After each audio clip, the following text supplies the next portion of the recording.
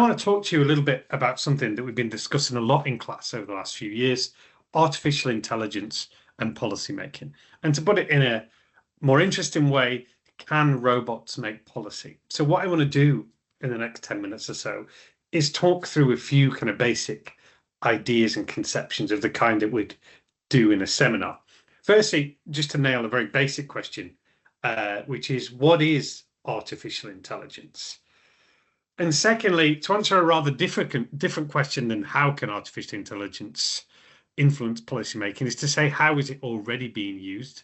And then I want to end with a little bit of a discussion about some of the opportunities and dangers around using artificial intelligence, or robots as it were, to make policy. So just before we start, a little bit about me. I teach a variety of different courses here at Birkbeck. One course I've been teaching for more than a decade is a course around public policy. This is called Public Policy, Interests, Ideas and Institutions. And what we do in this course is we look at the different theories and ideas about how policy should work, and then we measure them against real existing case studies, such as Brexit and climate change and things like lobbying. Another course I teach is Parliamentary Studies. This is rather a unique course here at Birkbeck. It's only taught by another 20 universities around the country, and it involves myself and visitors from Parliament teaching people about the influence of Parliament on British politics and its role in things like representation in British political life, as well as teaching and the research that I do. You can see there from that slide, I'm also the director of an institute called the Centre for British Political Life. We've been running a series of events, seminars and workshops about politics. Only last week, we did a second panel event about Donald Trump, looking at what Donald Trump's presidency means, not just for the United States, but for the world. And we had a panel of experts, including lecturers in American politics, as well as somebody who's writing a book about American voters to discuss what might happen. So without further ado, that's enough about me. When we're talking about artificial intelligence and policy making, what exactly do we mean? One of the difficulties around artificial intelligence is there are so many different ideas floating around about what exactly it means. So I'm going to take this very clear definition from the European Union Artificial Intelligence Act. They define artificial intelligence as a machine-based system designed to operate with varying levels of autonomy and independence, and it aims to generate things such as predictions, content, recommendations, or decisions. This new piece of legislation from 2023 was seen as a huge step forward in regulating artificial intelligence and has introduced this new idea of a right to explanation, which I'll return to later. Anyway, with this clear definition in mind, how can artificial intelligence help out in policy? So I'd written the question initially as, can AI make policy? But the bad or good news for you actually is it already is making policy in all sorts of different areas. Here's just a few examples that recently surfaced in the media.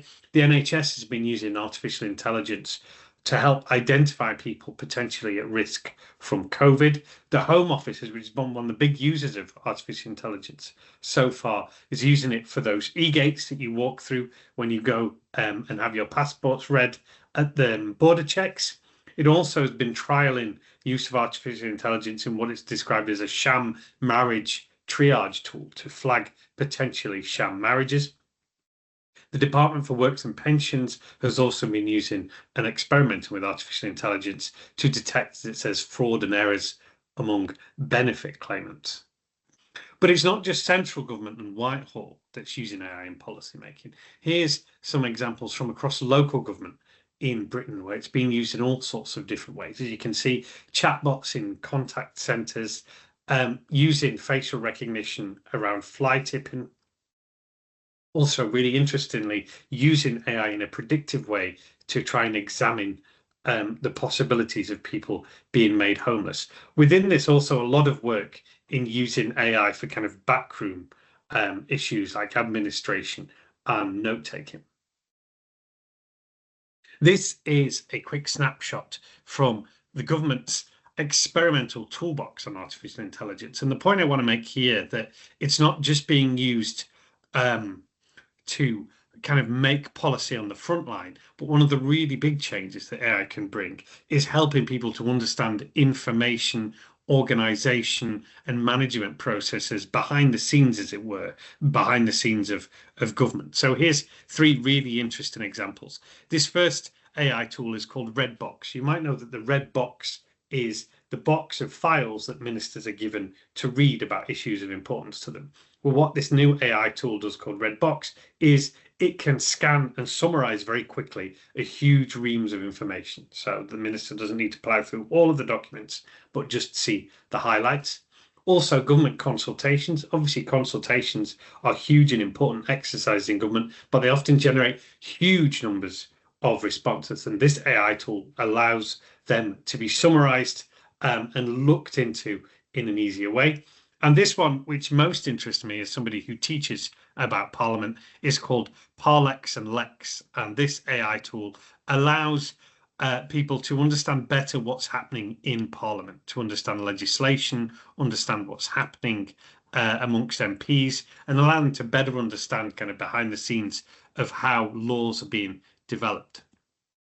What's really interesting is that the media reported this last tool as something that allows a vibe check from ministers on MPs. So one of the hopes for this AI tool is that ministers will get a sense of whether MPs in Parliament, particularly in their own party, will support their policy idea or not, based on, for example, how they voted in the past, what their position is on various issues. So AI in this way could function as a means of stopping a disaster before it happens.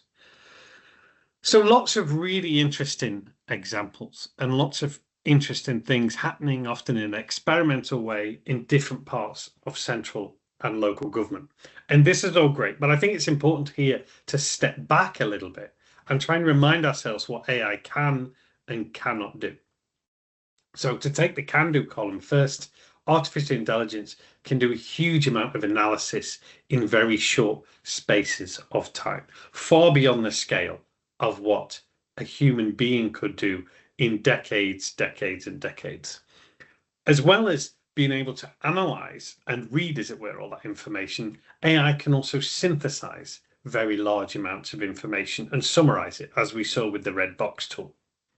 Even more important, AI can find hidden relationships and factors that are not necessarily discernible to the more old-fashioned human approach to data analysis. And finally, as you've seen, a lot of the really important work it can do is around making efficiencies in things like records management. You can see here from this survey of local government, some of the greatest gains from using AI are seen in things like HR, administration, cybersecurity, and procurement, where you can use it to make its hoped bureaucracy much more efficient.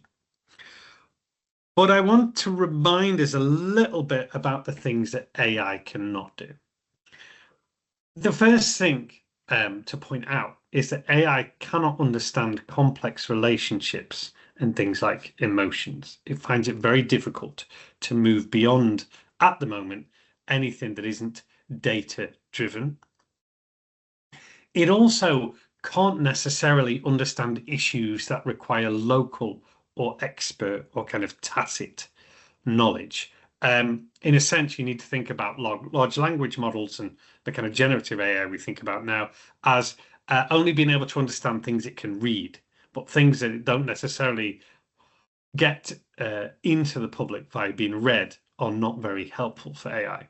Finally, it can't understand underlying concepts. So it could analyze voting patterns, but it doesn't necessarily understand the concept of democracy and individual rights that underlie how democracy functions.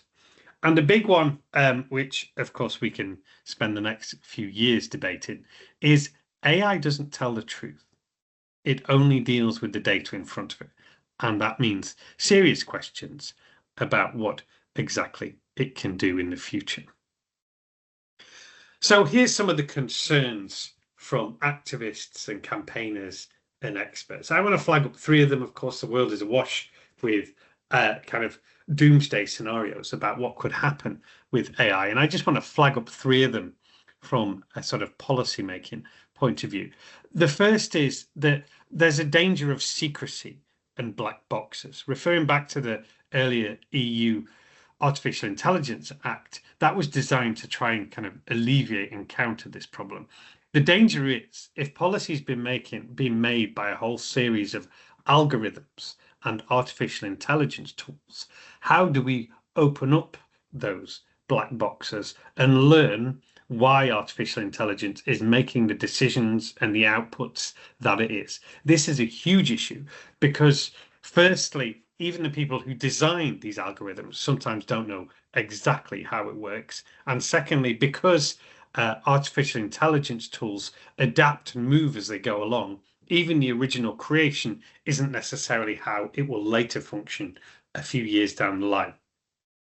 And the black box nature, as it were, of AI leads to two further problems. One huge problem, as you're probably all aware, is the danger of bias within artificial intelligence systems. And this has been shown time and time again across a whole multitude of areas. It was found, for example, that the Home Office sham marriage tool accidentally and without foundation identified people as coming from particular countries as being in danger of subject to sham marriages for no reason that people could find out. Similarly, with the benefits and fraud tracker in the Department of Works and Pensions, there's been lots of controversy about who exactly was identified and why by the algorithm as being potentially fraudulent. On top of this, it's not just the danger of bias, but also the danger of misinformation. Just to go back to the point about artificial intelligence and truth, one of the real big problems is that artificial intelligence learns by reading, but it depends very much what it is reading. What if artificial intelligence is teaching itself how to function and work using either misinformation, errors, or disinformation? This creates a problem of what being called hallucinations when AI comes to particular conclusions and recommendations, but based on fake news, misinformation, or disinformation. Some activists have actually been working on some of these problems. The Public Law Project launched 2 years ago a new tool to try and identify what algorithms were being used across UK central government, using freedom of information requests to identify where they were being put into practice. Initially, they found that there was 41 algorithms. They now identify 53, which interestingly is 2 more than the government themselves have identified. And they've used this to create a tool where you can log on and see how they function. They also identify to what extent these algorithms are open and can be understood. And they flag up that quite a few of them are actually very hard to understand or get an explanation as to how they work.